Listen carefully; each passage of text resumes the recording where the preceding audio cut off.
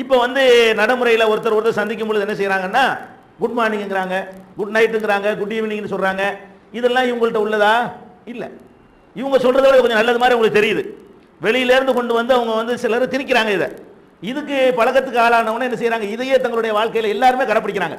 அவங்க வேற ஒரு மதத்தில் உள்ளவங்களா இருந்தால் கூட ஒருவர் சந்திக்கும் பொழுது இந்த மாதிரி குட் மார்னிங் சொல்கிறாங்களே, இதெல்லாம் அவங்களுடைய மதத்தில் அவங்களுடைய பழக்க வழக்கத்தில் உள்ளதா? இல்லை.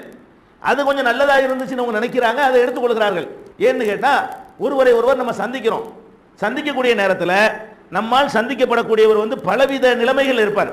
கவலையாக இருப்பார், சந்தோஷமாக இருப்பார், கோபமாக இருப்பார், பாதிக்கப்பட்டிருப்பார், நோய்வாய்ப்பட்டவராக இருப்பார், இப்படி பலவிதமான நஷ்டப்பட்டவராக இருப்பார். இப்படி பலவிதமான நிலைகளில் நீங்கள் ஒருத்தரை பார்க்குறீங்க. பார்த்துட்டு வந்து அவர் நல்ல நிலையில் இருந்தான்னு வைங்க, அந்த நேரத்தில் நீங்கள் குட் மார்னிங்டா வேண்டாம், அது பொருந்திடும்.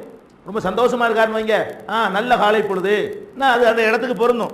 அவன் அப்போ தான் முதலாளிகிட்ட திட்டு வாங்கிட்டு வந்து வெளியே நிற்கிறான். நல்ல காலை பொழுதுன்னா அது நல்ல காலையாது, அவனுக்கு கெட்ட காலை பொழுதாக இருக்கிறது. அவன்கிட்ட போயிட்டு குட் மார்னிங்னு சொல்ல இயலுமா? அப்போ தான் புள்ள மௌத்தாக இருக்குது, குட் மார்னிங். அட நானே பிள்ளைய பறி கொடுத்துட்ருக்கேன், எனக்கு என்னடா குட் மார்னிங்கிற, எனக்கு நல்ல காலை பொழுதாக இருக்குதுன்னு சொல்லி அது எல்லா நேரத்திலையும் பயன்படுத்த இயலாது.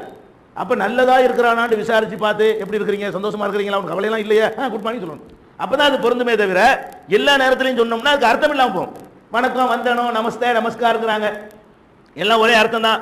அதாவது ஒருத்தன் வந்து இன்னொருத்தனை கும்பிட்றேன்னு அர்த்தம். இது எல்லா இடத்துக்கும் பொருந்துமா? ஒரு தலைவன் தொண்டனை பார்த்து வணக்கம்னா போய் தானே சொல்கிறான் வணக்கமான இவன் அவனை வணக்கம்னு சொன்னாலாச்சு அந்த சொல்லுக்கு அர்த்தம் இருக்குது. வணங்குறான், காலில் கூட விழுகுறான், அவன் இவனுக்கு வணக்கம் போடுறான், அது என்னது? பொய்.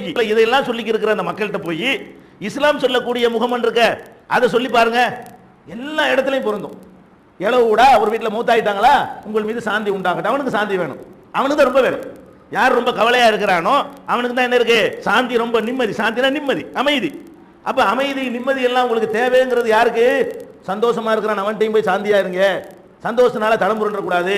அவனுக்கு அஸ்ஸலாமு அலைக்கும்னு சொல்லலாம், நஷ்டப்பட்டவனுக்கு சொல்லலாம், லாபம் அடைஞ்சவனுக்கு சொல்லலாம், அது வரை வெளிநாட்டுக்கு போறவனுக்கு சொல்லலாம், போயிட்டு வர்றவனுக்கு சொல்லலாம். அப்போ அஸ்ஸலாமு அலைக்கும் என்பதை வந்து யாருக்கும் சொல்லலாம், எல்லா நேரத்திலும் சொல்லலாம், மாற்ற வேண்டிய தேவையில்லை. காலையில் ஒரு சலாமு, மத்தியானத்துக்கு ஒரு சலாமு, படுக்க போகும்போது ஒரு சலாமு இருக்குதா, சலாமை மாற்ற வேண்டியதில்லை. முஸ்லீமுக்கு மத்தியில் சலாம் சொல்லிடுறீங்க, சரி. இதை நீங்க பரப்பாத காரணத்தினால முஸ்லீம் அல்லாத மக்கள் என்ன நினைக்கிறாங்க, நம்ம போய் இவங்களுக்கு சலாம் சொன்னா பதில் சொல்லுவாங்களா, திரும்பிட்டு போயிட்டா என்ன செய்யறது, அப்படி நினைத்து கொண்டு அவன் உங்களை வணக்கம்ங்கிறான், நீங்களும் வணக்கங்கிறீங்க.